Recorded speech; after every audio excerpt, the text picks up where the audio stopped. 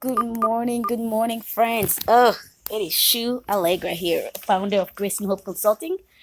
I just want to hop here to share some takeaways from day one of the Mental Health Americas conference.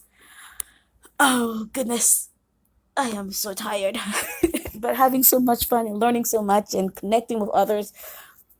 I just wanted to take a moment here. I'm usually I go to conferences for people, then ask me at times.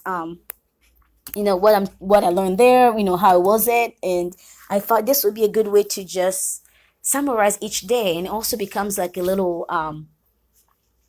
conference journal for me, if you want, for me to remember what I learned and then what actions I'm going to take, moving forward. But since I love to share and sharing is caring, I'm going to share those things with you as well so that you can still get to benefit if you want to learn from my experience here, whether or not you're physically here at the conference or not. So, Mental Health America is having the conference in DC, right by the Capitol and really close to Capitol. So, it's really a nice venue. It's actually they're having at the Hyatt Hotel. And so, anyway, I got here Friday. No, today's Friday. Oh my goodness. I got here Wednesday night from Pennsylvania, and it's been fun actually doing this with my daughter. She's here with me, and it's been fun just spending time with her and doing traveling with her and enjoying DC with her as well. So from day one of the conference, some of the things that I enjoyed here were definitely the connections and learning from live experience, learning from people's experiences, that it's not just theory, it's not just what people think will be hopeful or helpful, but it's actually seeing how people are implementing what they believe in, what they stand for, and that I loved. I love that. The first workshop I attended was by a group of people from Fishers, Indiana. Actually, the mayor was here. The chief of police, I think, was here, and then the chief from the fire station, like the head firefighter person. I'm not sure how you even say, if he's a chief of some. I think they call him chief. I'm not sure, but anyway, they were there, and there was somebody from their communication department as a city. She was there, and then they also had a lady who was a clinical social worker, and she's the kind of the liaison for the school-based mental health services. And they share, oh, it still gives me chills just like now talking about this. So that whole group, they flew in from Indiana, and they came and they were sharing how they started crushing stigma in Indiana. And there's actually a website. It's Stigma Free Fishers. I think it's .org. You can Google that, and it kind of shows how the roadmap to creating a mentally healthy and inclusive community. And it's how everybody got together to make sure that no life is lost by suicide, and they implemented changes at all levels of society. They got, and they would say how they brought people from the fifth community. They brought, the teachers, the parents, everyone's life is touched by mental health. Whether you have a diagnosis or not, we all have mental health, we all have emotional health, because that's part of life. It's like saying, oh, I don't have physical health. Seriously, like that doesn't make any sense, right? We wouldn't say that, but we forget that it's the same with our mental health. Some of us might be struggling with our mental health, and we're working on getting mentally healthy, or but all of us should be investing in our emotional and mental wellness.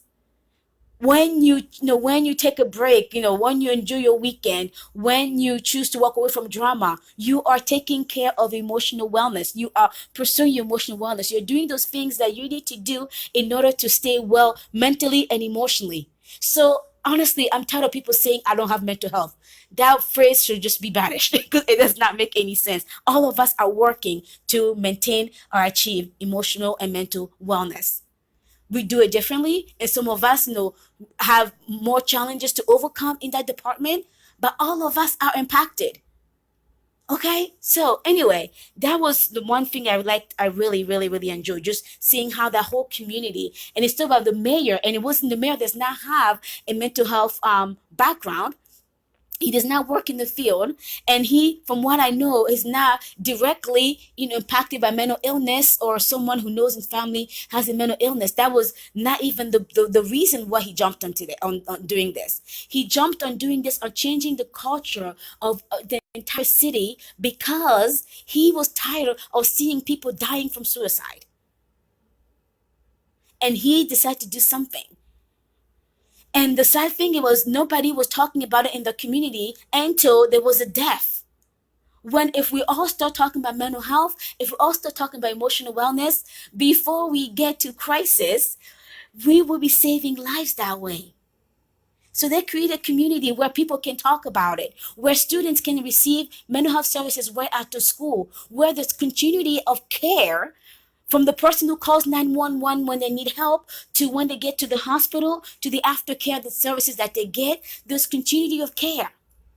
And the one story they shared that really, really touched me was they shared about a man who I think was one that they went to a 911 call. The ambulance got there, and the gentleman had shot himself. And they were able to, he's still alive. They were able to take care of him and provide him all the help that he needed. And he overcame that. He was back to life. The next year, on the exact same day, this gentleman did it again. It happened again. And the people, and again, the EMT, the ambulance, and the fire chief, everybody ran there again. And thank God, his life was saved once again.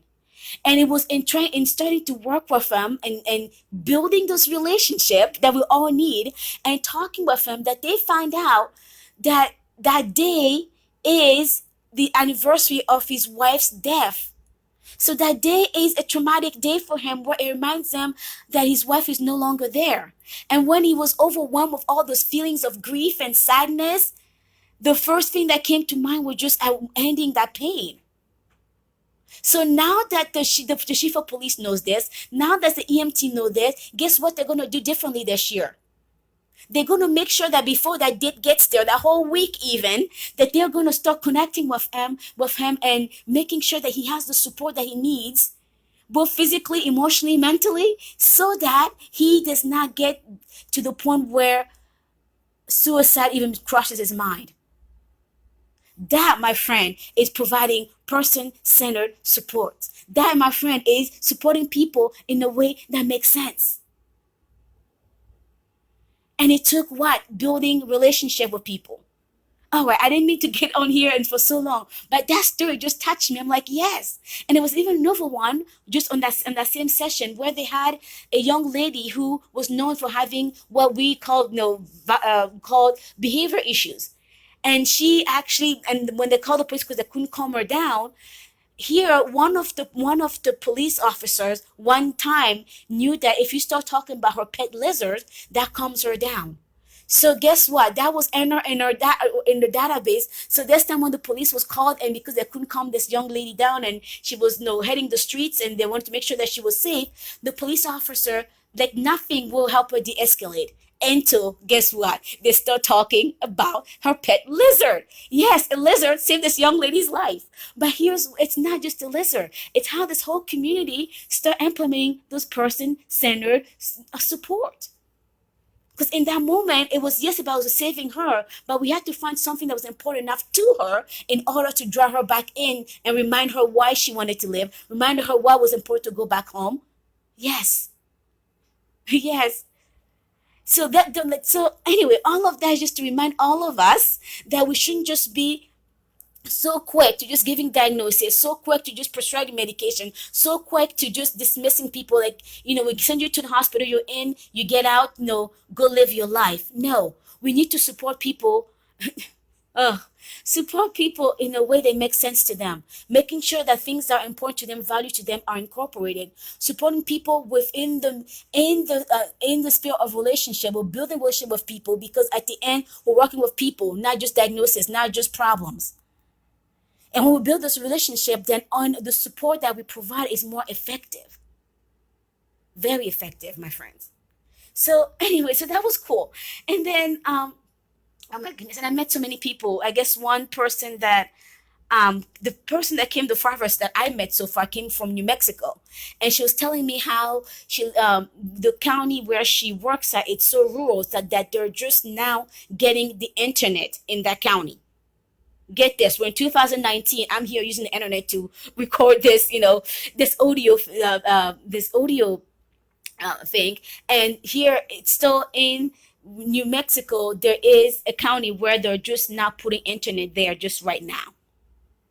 And so you're showing the difficulties of accessing mental health or even any social services in rural areas. So we talk little bit about that and seeing how all of us as a community can make a difference. It takes a village, my friend. It takes a village. It's not just saving lives and making sure that everybody has meaningful life, meaningful experiences on this earth. It's not just the job of the mayor, like for Fishers, Indiana. It's not just the job of the counselor, the therapist, the psychiatrist, the psychologist, or not even just the job of the parents. It's the job of all of us. All of us. So what are you doing? You whoever is listening to this, what are you doing in your community to impact change? What are you doing so that people in your community are not just living, not just alive, but living the life that is meaningful to them? Yes. What are you personally doing in your community to make sure that everyone is having a meaningful life? Because whether it's depression or it's alcohol or it's addiction or it's, I don't know, think of one of the social problems and societal problems that we have. No matter what you put it, you call it, at the end of the day, all of us are looking to live a meaningful life, and all of us use different ways to achieve that. And sometimes when we don't, not sometimes, usually when we don't have the tools to achieve that meaningful life, we resort to things that are not healthy for us, and we resort in things that will not help us move forward. We resort to things that we sometimes think it's the best way out. So all of us have a part to play in this. All of us. Okay? So anyway, I'm gonna close with this. And then at last night, the closing event, well, I guess it wasn't quite the closing event. We had this big dinner, award dinner. Oh, it was so it was just beautiful. And I think the music was great. The awards were great. The one thing that I took from that, like there was the music. Oh, I can't remember her name. Oh, I will have to search her name now. I can't remember her name, but the lady who sang there, she first sang a song that was "Wherever You Lead, I Will Go," and that was inspiring for me. All of you know my faith and how it's important to me. But then her second song, we even touched, I think, more of us because here was this lady growing up in the faith community, and she was sharing how mental health is not shared, is not talked about in the faith community. It's like people, those of us who are Christian, think that because you're Christian, you cannot be depressed. No, baloney, right? We all know that's not true. Well, because we have faith, we can talk about practical ways to achieve mental and emotional wellness. No, than it takes more than just talking to the pastor. Yes, you can have Jesus and a therapist. All of us should be encouraging support in our area, support around us. So sharing how she lost her father, her father died a few years ago, and that's when she was that through that grieving process that she started to have some of her own emotional wellness struggles.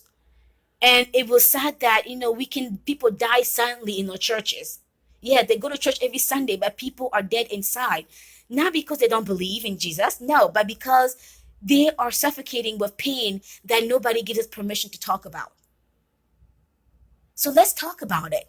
Yes, let's talk about mental health in the church. Let's talk about all of these things. Let's talk about these issues that we're all struggling with, but everybody keeps shoving it down under the rug. We need to talk about it. Our faith communities should be a place where people know that they're welcome no matter what. And then when they won't be judged, they won't be, people won't say that they're weak or that they, or they don't believe in it, they don't have enough faith. What are we doing to create that in our churches?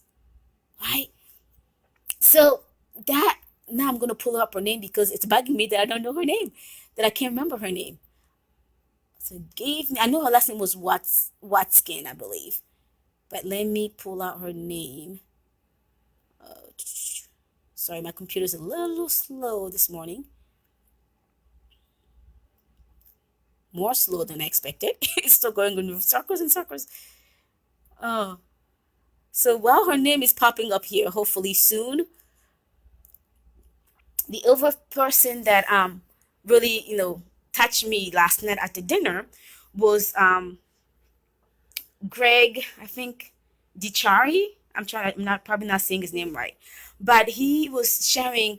He got the biggest award there, the Clifford Beers Award, and Clifford Beers is the one who founded Mental Health America. So I'm just going to read here about like the summary that was on the sheet that we received at the dinner. Greg's experience as a peer, mental health professional, volunteer, and filmmaker have had a huge impact on helping improve the lives of people living with mental health challenges. He is the National Youth Empowerment Director at Magellan Health, and in his spare times produces and directs mental health related documentary films to reduce stigma and help others find recovery.